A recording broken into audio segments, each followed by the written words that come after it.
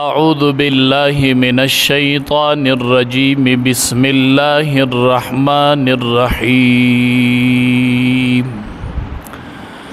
وَلَنَبْلُوَنَّكُمْ بِشَيْءٍ مِّنَ الْخَوْفِ وَالْجُوعِ وَنَقْصٍ مِّنَ الْأَمْوَالِ وَالْأَنفُسِ وَالثَّمَرَاتِ وَبَشِّرِ الصَّابِرِينَ الذين إذا أصابتهم مصيبة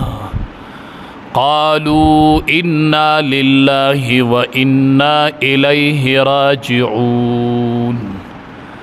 قال النبي صلى الله عليه وسلم الشهداء خمسة المطعون والمبتون والغرق وصاحب الهدم والشهيد في سبيل الله أو كما قال عليه الصلاة والسلام لكل نبي في الأنام فضيلة وجملتها مجموعة لمحمد بلغ العلا بكماله كشف الدجى بجماله حسنت جميع خصاله صلوا عليه وآله شوق سر درود شریف اللهم صل على محمد وعلى آل محمد كما صليت على إبراهيم وعلى آل إبراهيم إنك حميد مجيد اللهم بارك على محمد وعلى آل محمد كما باركت على إبراهيم وعلى آل إبراهيم إنك حميد مجيد عزتمند قرآن کریم کے رب العالمین فرمائی وَلَنَبْلُوَنَّكُمْ بِشَيْءٍ مِّنَ الْخَوْفِ وَالْجُوعِ رب العالمین وی زپتا سو باندی با امتحانو نراولم کلا با در باندی یر راولم کلا با لوگ راولم کلا با مالون کم کم میوی باغون بم ختم کم کلا با خلق وفات شدیر دا طول چیدی دا بدا اللہ دا طرف نا امتحان نو وبشر الصابرین چې دا امتحان پچاراشی او سوک پی صبر اکی نو وبشر الصابرین ای زما خوگا حبیب دی صابرینو تا زیر ورک چې دا اللہ دا طرف نا امتحان دے او چا پی صبر اکو نو اغا صابرین دی او اللہ وی وبشر الصابرین دا صابرین سوک دی دا صبر ستوائی چې کله دا مشکلات راشي نفسونه لاړ شي مالونه لاړ شي لوږه راشي خلق بې کوره شي د الله د طرف نه یو ازمایش راشي نو دا هغه کسان دي چې کله ورته دا مصیبت ورسي نو دوی وایي انا لله و انا الیه راجعون مونږ ټول د الله بندیان یو مونږ ټول به الله طرف ته واپس کیو دا صابرین دی دا اللہ حبیب دی خلقو تا صبر دی تا زیر ورک دی صابرین تا نو دا چی کل پا مسلمان راشی نو دا امتحان او ازمائش تے او چی کل پا کفارو راشی نو دا بیا عذاب دے زکا کفارو باندی چی کل دیسی قسم حالات راشی نا خو ہمیشہ دا پارا جہنم تلاڑل دا غید پارا عذاب دے او په مسلمانانو چې دا حالت راشي نو دا د الله د طرف نه یو امتحان دی دا ازمایش دی د الله د طرف نه چې په دې کې چا صبر وکړو الله به ډېر اجر ورکړي نو ډېر خلق وایي بونیر کې بونیریانو باندې عذاب راغلی دی دا پې د خدای عذاب راغی نه دا امتحان دی دا ازمایش دی عذاب دا اغه چا د پاره دی چې هغه کفاری او دسی حالتو کې لاړ شي نو همیشه د پاره جهنم ته لاړل دا د اغه خلقو د پاره عذاب دی مسلمانانو د پاره دا عذاب نه دی دا ازمایش دی دا امتحان دی چې په دې چا صبر وکړو الله به ډېره غټه بدله ورکړي ښه د دواړو جهادو سردار او فرمایل وی الشهداء خمسه شهیدان چې دي دا 15 قسمه دي ښه 15 قسمه مرګ چې دی دا د شهادت مرګ دی ښه هغې کې اول امام الانبیاء فرمایل المطعون چې پچا د خېټې بیماری راشي بعضې وخت کې سړي باندې د خېټې بیماری راشي او د هغې د لاسه دی وفات شي المطعون دا اولنی چې دی المطعون طاعون یو مرض دی طاعون یو مرض خور شو اچانک پاغې کې ډیر خلق وفات شو نو دا ټول شهدا دي ښه چې په طاعون مرض باندې وفات شي لکه مخکې چې هغه اچانک کرونا وایرس راغی داسې چې یو اچانک مرض راشي او هغې کې وفات شي مطعون ورته وایي نبی علیہ السلام فرمایي دا شهید دی ښه والمبتون او چې د خېټې بیماری پې راشي خېټه خراب شي لکه تاسو به لیدلې حیزه یو بنده باندې راشي بېتاب شي او په هغې کې دی مړ شي نبی علیہ السلام فرمایي دام شهید دی ښه والغارق او چې کم سړی په دریاب او اوبو کې ډوب شي نبی علیہ السلام فرمایي دام شهید دی ښه وصاحب الهدم یو سړی راورغښتو د کمره راورغښتو د خټ نه راورغښتو د غر نه راورغښتو نو رارغښتلی شوی او په اوبو کې ډوب شوی نبی علیہ السلام فرمایي دا دواړه شهدا دي ښه او والشهید فی سبیل الله او پنځم هغه کس چې په لاره د الله کې جنګیږي ښه دا 15 امام الانبیاء فرمایي دا شهیدان دي ښه طاعون مرض کې وفات شو د خېټې بیماری پې راله او هغې کې وفات شو او یا په اوبو کې غرق شو ډوب شو یا راورغښته د برې نه یا په جهاد کې فی سبیل الله په میدان جهاد کې لګیا دی ولګې نبی علیہ الصلوۃ والسلام فرمایي دا 15 کسان چې دي دا شهدا دي ښه نو دا د مسلمان دپاره امتحان دی ښه دې کې ډېر کسانو هغه شهیدان شول رب العالمین دې درجات عالیه نصیب کړي ښه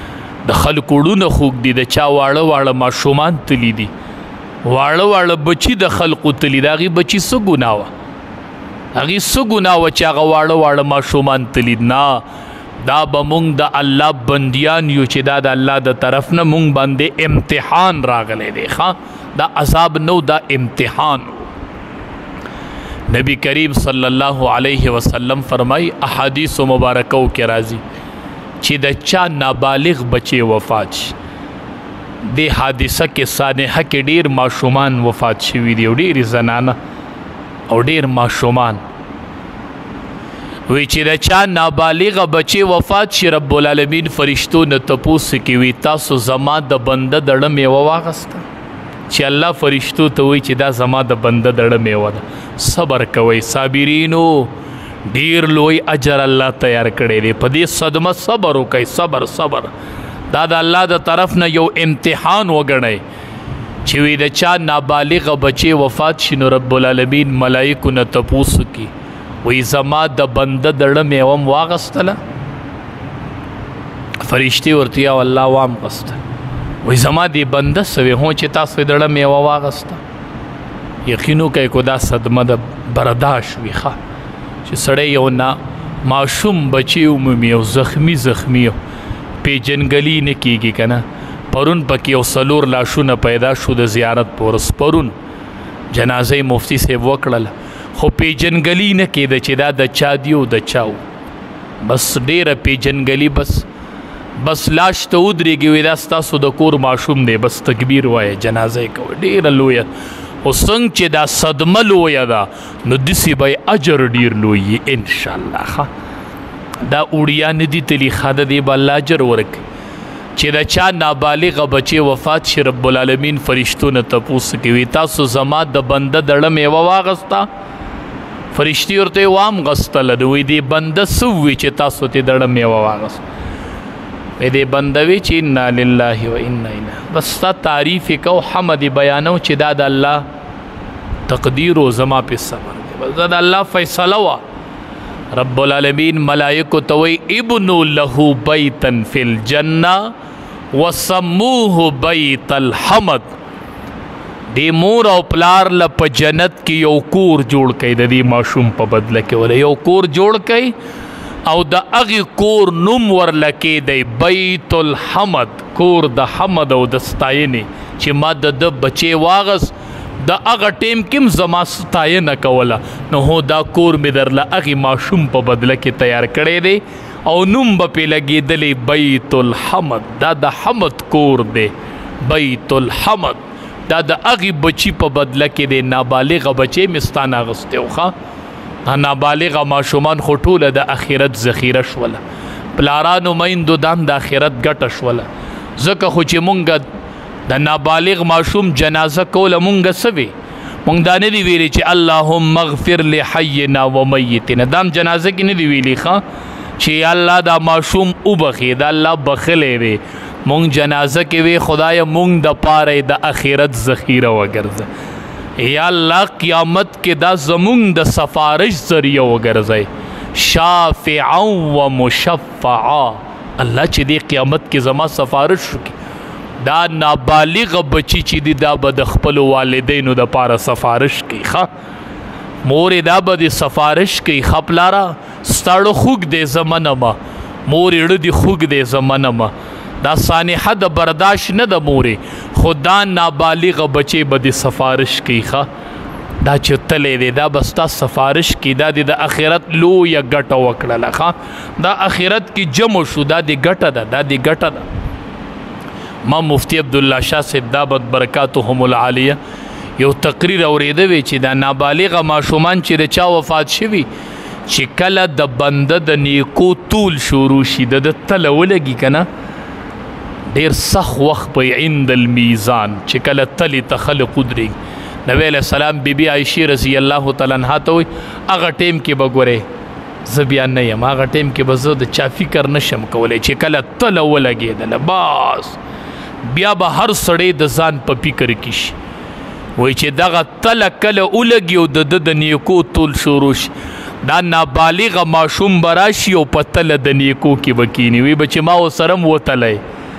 فرشتې به ورته وایي چې دا خو مونږ عملونه تلو مونږ خو انسانان نه تلو وایي به زه د پلار عمل نه یم زم د خپل بابا عمل یم ما ورسره هم وتلی وی دا ما نابالغه ماشوم به ورلم الله په تله کې وتلي ښه دا هم د اخرت ګټه کړې ده دا هم د اخرت ګټه کړې ده خو په دې شرط چې وبشر الصابرین زیرې ورکه د الله حبیبه خو صابرینو ته یې ورکه او الصبر عند الصدمة الاولى او صبر په اوله صدمه کې دی چې کله تا ته دا صدمه اول ورسیږي اوله صدمه چې تا ته څنګه درو رسیږي ته څنګه د بچي لاش ویني او ته د مور لاش ویني په دقه ټیم کې دا د صبر وخت دی دا یو امتحان راغی په امت مسلمه باندې الله دې د ټولو صبر نصیب کړي حدیث مبارک کې راځي قیامت کې به د هر عمل بدلی میلاویږي چې کله د صبر بدله راشي د صبر فرشتې به رب العالمین نه تپوسو کې چې دې بنده له د صبر بدله څومره ورکو د هر عمل دپاره بدله معینه ده نو د صبر باره کې به تپوسو کې چې څومره بدله ورله ورکو احد رب العالمین کتابونو لیکلی دی وایي د الله د طرف نه به ورته آواز وشي چې د صابرینو ته د صبر بدله چې ده هغه بغیر د حساب نه ورک نن ورته حساب مه لګوئ ښه نن په حساب کوئ مو انما یوفى الصابرون اجرهم بغیر حساب دی له به الله صبر ورکوي بغیر د حساب څنګه چې دا صدمه د برداشت نه ده داسې به صبر هم انشاءالله بې حسابه وي که خیر ښه بې حسابه به بې حسابه به دا یوه سانحه وه چې په امت مسلمه باندې راغله او خصوصا ضلع بونیر باندې راغله سوات کې هم راغلې ده بونیر کې راغلې ده صوابۍ کې راغله ډېرې علاقې متاثره شولې الله دې په ټولو باندې رحم وکړي او الله دې د دردېدلو زړونو صبر جمیل نصیب کړي الله دې پې د صبر پټی ولګي بس د صبر د ډېر مشکل حالت کې دی خلق خو رب العالمین دې صبر نصیب کړي او دې کې به ډېر احتیاط کو دې موقع کې به یو احتیاط کو ګورئ ښه د چا لاس ته به مال راځي د چا په لاس به مال ورځي، چا ته به پیسې خلق را لیږي چې دا د دې امداد دی، څوک به یې چاله ورکوي، څوک به یې چاله ورکوي. دا ګورې د چا حق دی، ښه دا حق دی، حق حق حق. ګورې بعضې خلک په دې موقع باندې د دې نه یوه فایده والي، غبن پکې وکړي او ځان پکې پوره کړي. الله اکبر. دې نه به ګورې ځان ډېر ساتئ، ښه دې نه ډېر یریږئ. ګورې ښه ډېر زیات. حدیث مبارک کې راځي نبی کریم صلی الله علیه وسلم ته چا غلام خیبه کړی و، یو غلام یې ورته خیبه کړی و، کرکره به یې ورته وي، کرکره. نبی کریم صلی الله علیه وسلم ته یو ورځ کیجاوه سموله، کیجاوه یو غشی راغې ولګېد، چې ولګېد پې جو شهید شو. صحابه کرام ډېر زیرېدل، ښه صحابه کرام ډېر زیرېدل. وی سړی د شهادت مرګوم او وی جنت ته لاړ، وی جنت ته لاړ. نبی کریم صلی الله علیه وسلم ورته وی فوالذي نفسی بیده، زما دې د هغه ذات، زما دې په هغه ذات قسمی چې د هغه سا زما په قدرت کې ده. وی د جهنم شغلی پې بلیږي، هغه تاسو چې وی د جهنم شغلی په هغه باندې بلیږي. وی دا د خیبر په موقع باندې، د جنگ خیبر په موقع لا د مالی غنیمت تقسیم نو شوی او دته پکې یو صادر اغستی و، لا تقسیم نو شوی او د تقسیم نمخ کې د مالی غنیمت نه یو سیز اوچت کړی و، د هغې په وجه پې اوس د جهنم شغلی بلیږي د پاسه. نبی کریم صلی الله علیه وسلم ته یې کیجاوه سموله، وی د هغې د وجې نه دی د جهنم په شغلو کې دی، زیری مه ورکوئ، وی زیری مه ورکوئ. دا ډیره ګرانه مرحله ده، دا ډیره ګرانه معامله ده. دا پردی حق دی. ګورې ښه دا پردی حق دی. نبی کریم صلی الله علیه وسلم فرمای وی بعضې خلق دی هغه په دې پردي مال کې ورننوځي، دا ورته حق ښکاري خپل، دا ورته یو فری سیز ښکاري. نبی علیہ السلام فرمای دا د جهنم اور دی. ګورې دا د جهنم اور دی، دا د جهنم اور دی، دا د جهنم اور دی. د دې نه وی ځان وساتئ، د دې نه ځان وساتئ، وی د دې نه ځان وساتئ. ډېر زیات دې کې ډېر غټ احتیاط کوه. خلک خو وایي بس چا په لاس څه شی ورغی جدا د هغه شو نه. نبی کریم صلی الله علیه وسلم صحابه کرامو کې یو ورځ ودرېدو، تقریر شروع کو، تقریر شروع کو نبی کریم صلی الله علیه وسلم. صحابو ته وی اے صحابو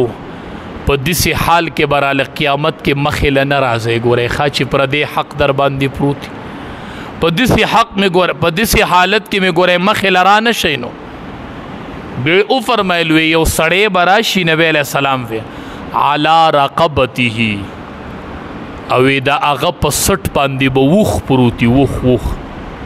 وخ په سټ پروت وي، دا وخ په غړمبار کوي،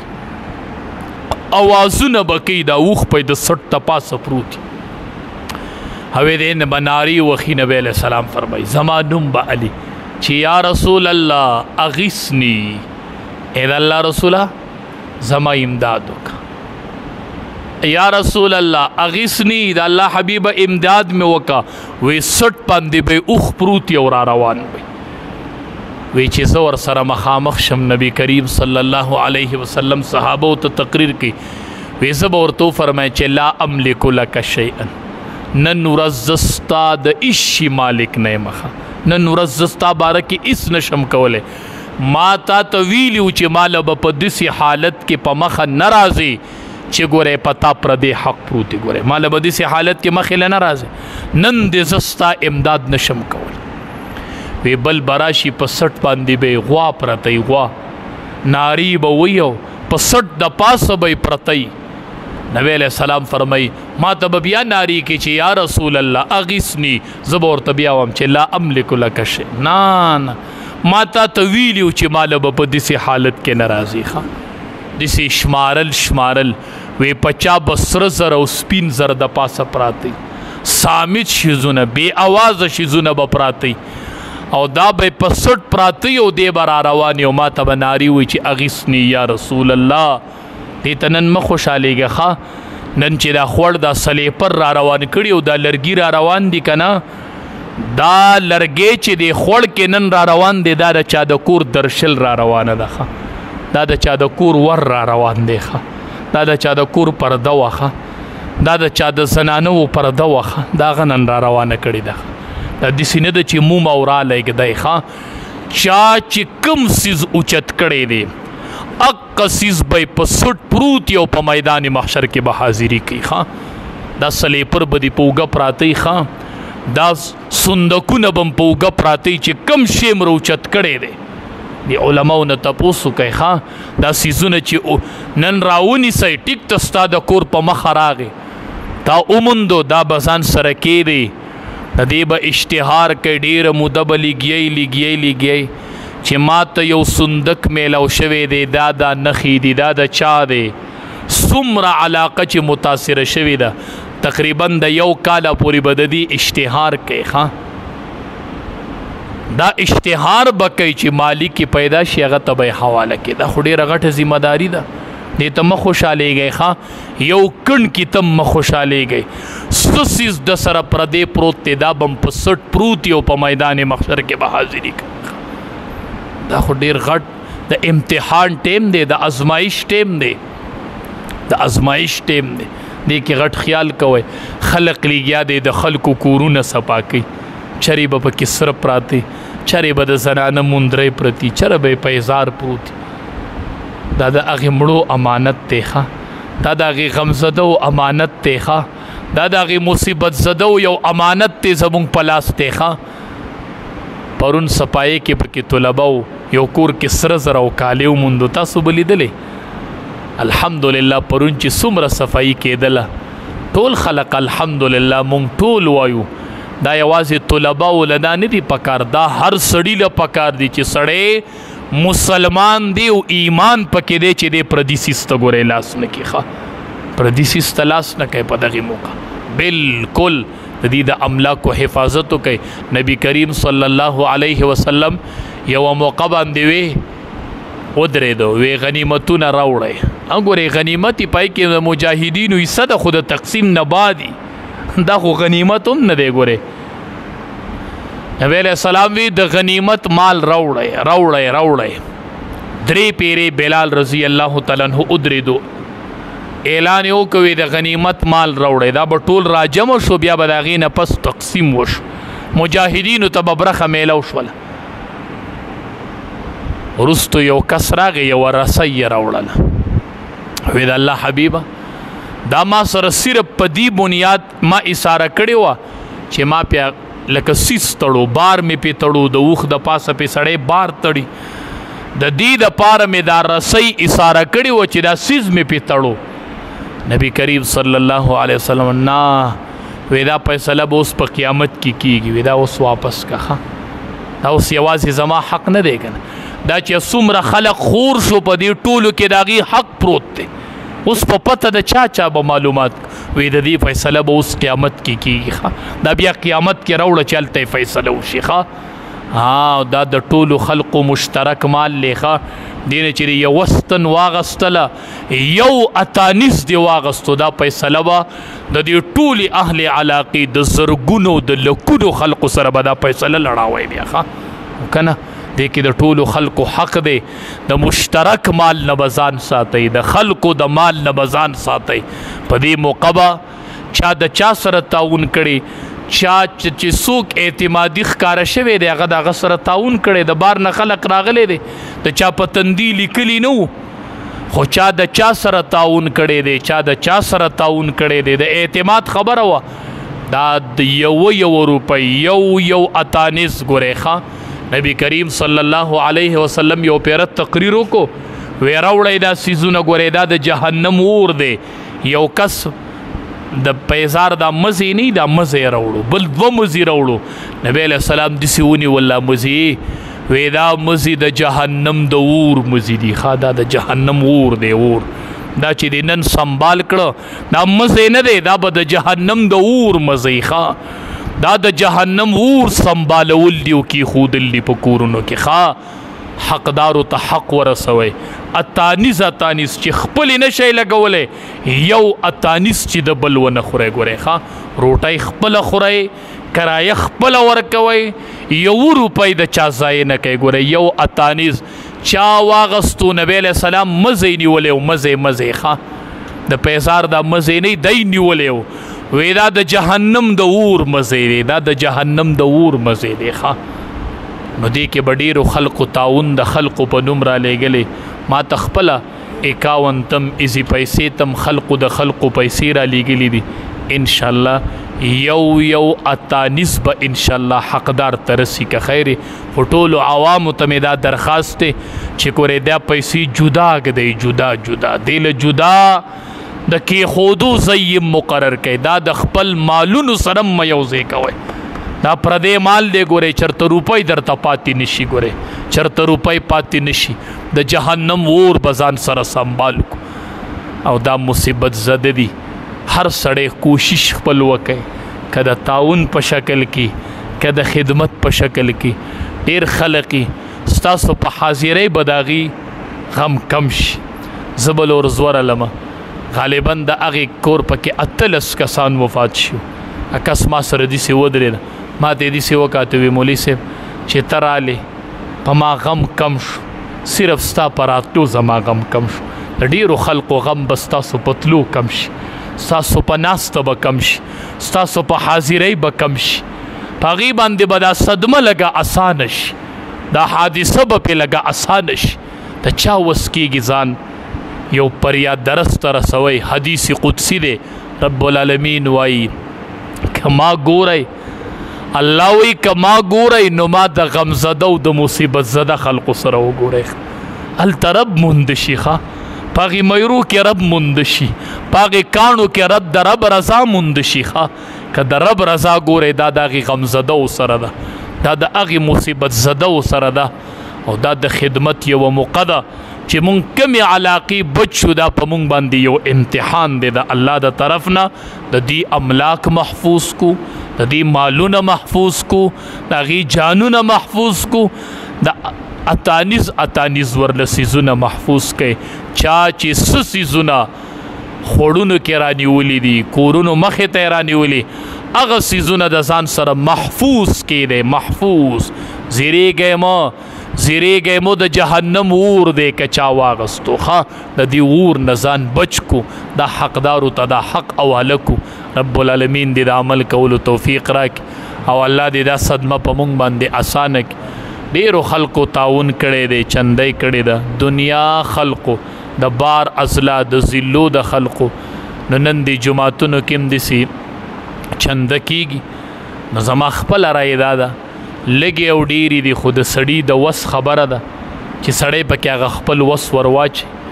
نو نن مسجد کې هم په هغې حواله باندې چنده لږه کېږي. د چا څومره وس